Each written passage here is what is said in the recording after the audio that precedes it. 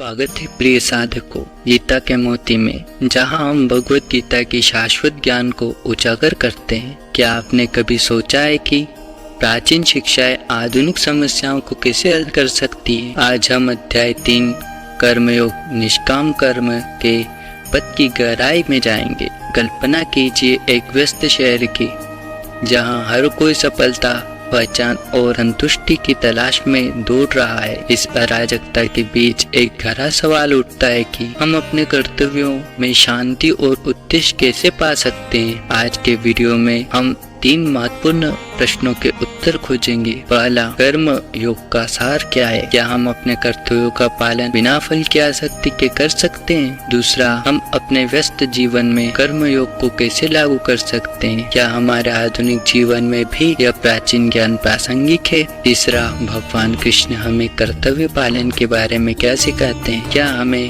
अपने कर्तव्यों को निभाने का सही तरीका पता है? मेरे साथ बने रहे, क्योंकि हम कर्म योग के रहस्यों को जानेंगे और उन उत्तरों को खोजेंगे जो हमारे दैनिक जीवन में गूंजते रहते हैं। अध्याय 3 में भगवान कृष्ण अर्जुन के भ्रम को दूर करते हैं कि सही मार्ग कौन सा है। क्या व्यक्ति को कर्म का त्याग करना चाहिए या उसे पूरे दिल से अपना लेना चाहिए? यह हमारे पहले प्रश्न की ओर ले जाता है कि कर्म योग का सार क्या है। कर्म योग हमें बिना फल की आसक्ति के अपने कर्तव्यों का पालन करना सिखाता है। एक माली जो अपने पौधों की प्रेम पूर्वक देखभाल करता है, बिना इस चिंता में कि वे फल देंगे या नहीं। इसी प्रकार हमें अपने कार्यों पर ध्यान केंद्रित करना चाहिए और परिणामों को उस उच्च शक्ति पर छोड़ देना चाहिए। हम अपने व्यस्त जीवन में कर्मयोग को कैसे लागू कर सकते हैं? एक डॉक्टर जो जीवन बचाने के लिए निस्वार्थ भाव से काम करता है, उसका ध्यान सर्वश्रेष्ठ देने की ओर होता है, न कि पुरस्कार और सराहना पर। अपने जीवन में हम हर कार्य में अपना सर्वश्रेष्ठ देने का प्रयास कर सकते हैं, बिना अपेक्षाओं के जाल में फंसे। कृष्ण हमें कर्तव्य पालन के बारे में क्या सिखाते हैं? कृष्ण कहते हैं कि अपने स्वाभाविक कर्तव्यों का पालन करना महत्वपूर्ण है, भले ही वे अपूर्ण हो। दूसरों के कर्तव्यों को पूर्णता के साथ निभाने से अच्छा है कि हम अपने कर्तव्यों को निभाएं। यह हमें अपनी राह पर सच्चे बने रहने की याद दिलाता है, हमारे अद्वितीय भूमिका और जिम्मेदारियों को अपनाने की याद दिलाता है। कर्मयोग सिर्फ एक दार्शनिक अवधारणा नहीं है, यह दैनिक जीवन के लिए एक व्यवहारिक मार्गदर्शक है। चाहे आप एक छात्र हो या एक पेशेवर, ये शिक्षाएं हमें प्रोत्साहित करती है बिना फल की आसक्ति के